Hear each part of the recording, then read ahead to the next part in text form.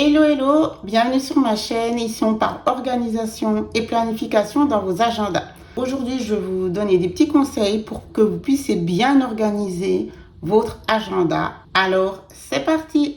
On part du principe que vous avez déjà donc choisi votre agenda, le format, et là, on va partir sur des feuilles que vous pourrez justement enlever. Donc, vous avez deux options. Vous avez les feuilles à trous champignons ou les feuilles classiques qu'on met dans des agendas à anneaux. C'est ce que j'utilise. Vous pouvez même à chaque fois changer les trous actuels en faisant des trous champignons. Il suffit juste de faire un petit coup de ciseau, puis ça vous crée justement le système des trous à champignons. Ça, c'est dit. Je vous ai fait aussi une vidéo pour vous donner des conseils pour trouver et choisir votre agenda. Donc, je vous laisse la regarder. Elle est dans le petit i. Puis sinon, vous retrouvez tout dans la playlist et dans ma description. Avant que votre agenda soit tout beau, tout mignon, c'est clair que ça aide, à mon sens, pour rester motivé dans son organisation.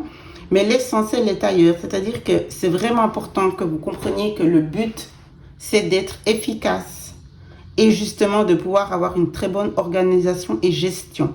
Et pour cela, il y a des petites choses à mettre en place, comme les sections. Ça, c'est franchement, à mon sens, la base.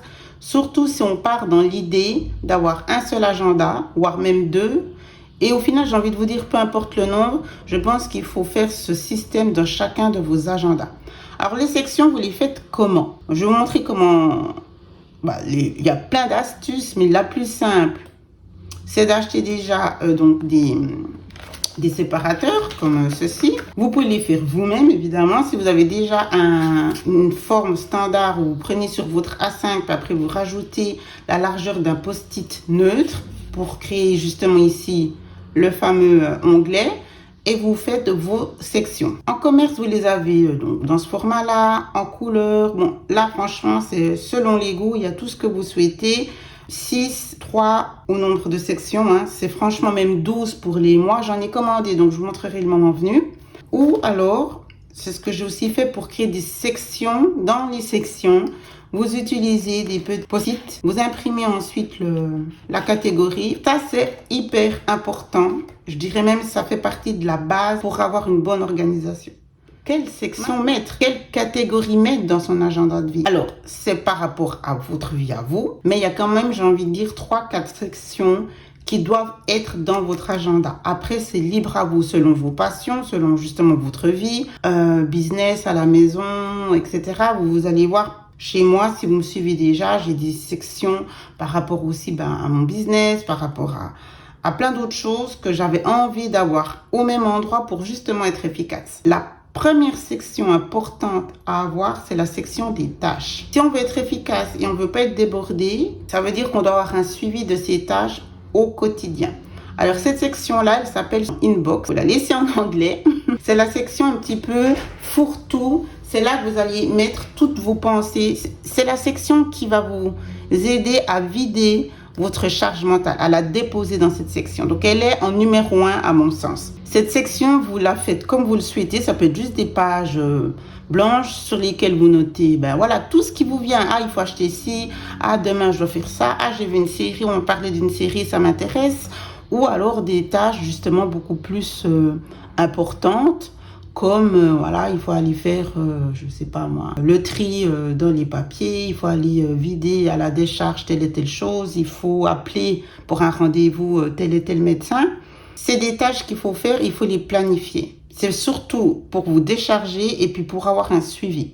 Alors, dans cette fameuse section Inbox, je ne jure que par une méthode qui est celle de la méthode GTD. Je vous ai fait une vidéo à ce sujet, je vous laisse la regarder et je vous ai mis gratuitement le schéma ici. Donc, en fait, ce qui est cool, c'est que vous pouvez le garder juste comme ceci une fois que vous êtes bien rodé. Et chaque jour, parce qu'un agenda, ça souffre tous les jours, il y a une routine à mettre en place, que votre agenda, il soit utilisé à 100%, puis que vous puissiez y voir les résultats et les fruits. Il faut une routine. Vidéo également. Donc, les tâches à faire. Ici, vous mettez les tâches. Vous avez ici... pour mettre les rubriques en tête, vous venez faire le petit vu. Comme ça, quand vous ouvrez votre agenda, vous avez une liste des tâches qui doivent être faites, soit dans la semaine, soit après à vous de planifier. C'est une section vraiment importante. Ça, c'est celle qui doit être planifiée pour les mois suivants. Ça, c'est celle vraiment qui va être faite au plus vite. Et ça, c'est celle que vous allez reporter pour le mois de février et mars. Ou vous donnez un délai, par exemple. Donc, c'est bien de les voir ici, puis de voir un petit peu l'évolution. Ensuite, vous avez la section des routines. Qui dit routine, je vous en ai parlé juste avant. Ça va aussi dans l'idée d'être organisé. Toute routine a son importance et sa raison d'être, c'est pour une meilleure organisation, pour pas perdre le fil de son suivi, que ça soit des dépenses ou là le suivi de ses tâches et de ses rendez-vous. Section routine, j'y ai mis mes routines du matin et celles du soir. Les routines, c'est important que vous les fassiez, vous motivez, puis encore une fois, vous aider à rester constant. Donc, c'est très important de les avoir dans votre agenda. Vous savez, je vais le dire à chaque vidéo, mais c'est comme ça. L'agenda papier, il a son sens parce que le fait d'écrire, de visualiser, tous les jours vous l'ouvrez, vous revoyez vos routines, vous voyez les tâches que vous devez faire, les petits rappels, les petits check-up, parce que vous savez que je suis anti-post-it et feuilles volantes. C'est vraiment comme ça que tout part en vrille. En fait, dites-vous que toutes vos post-it et vos feuilles volantes, maintenant, elles sont dans une section, puis c'est la section inbox. On a tellement de choses à faire et à penser. Si au moins cet outil peut être là dans l'optique de nous décharger, de nous rendre beaucoup plus cool, zen, eh ben c'est quand même son but. Devienne votre allié au niveau de l'organisation et puis que vous puissiez ensuite vous trouver du temps pour vous. Parce que c'est aussi un petit peu ça l'objectif au long terme. Pour celles qui débutent, n'allez pas trop au début dans plein de choses comme cela. C'est-à-dire que vous allez dans l'inbox, une page, tâches à planifier et tâches, basta. Routine, vous commencez de mettre en place vos routines, si elles sont déjà faites ou pas. Mais vous commencez de vous donner tout ce que vous aimeriez faire le matin. Faites ça en bloc. Je reviendrai en détail dessus, mais faites ça en bloc. Et comme ça, vous serez contente quand vous serez arrivé à les tenir sur le long terme. Et ensuite, vous faites grossir la section si vous le souhaitez. L'idée, c'est que ça vous amène à un mieux. Ça va aller mieux pour vous. Donc, si vous n'êtes pas au régime, ça ne sert à rien de faire un suivi du poids. Voyez, il faut que ça ait un sens, puis pas que ça devienne quelque chose qui vous surcharge. Pour cela que certaines abandonnent, parce qu'à force de mettre plein de choses qui peuvent être sympas, mais en fait, si soit vous les utilisez pas, ça ne sert à rien. Et si vous n'arrivez pas à optimiser chaque section, vous allez peut-être vous décourager et vous allez bâcler ou vous démotiver et ensuite ça va passer, vous dites oui, ça sert à rien. Allez-y petit à petit. Et maintenant la section calendrier, on vient ici, je me suis mis un onglet, un séparateur, comme ça j'arrive directement à ma semaine. Sur ceci que j'ai plastifié, je me suis mis, vous voyez, une checklist, c'est-à-dire c'est les routines que je dois faire au quotidien. Donc moi je travaille sur une semaine, je vais vous montrer après. Vérifier les rendez-vous du jour, faire la liste des tâches. On en revient aux tâches, vous vous souvenez, dans l'inbox. Donc, on va dans son inbox, on regarde où on en est dans les tâches. Moi, je les note ici. Et mon challenge, en guillemets, j'arrive pour l'instant, par rapport à ma vie et mon emploi du temps et à tout ce que je dois faire, à les traiter sur toute la semaine sans problème. Et quand je ne peux pas, je vous l'expliquer, je reviendrai là-dessus.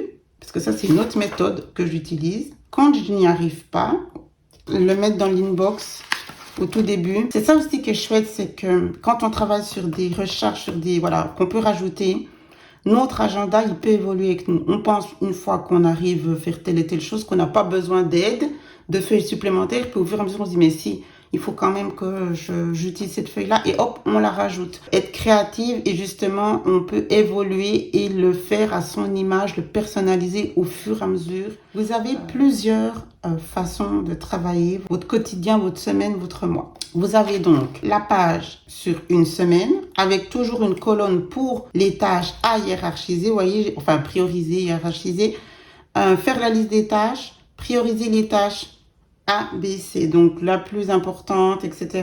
Moi, j'avais déjà fait en 3 blocs.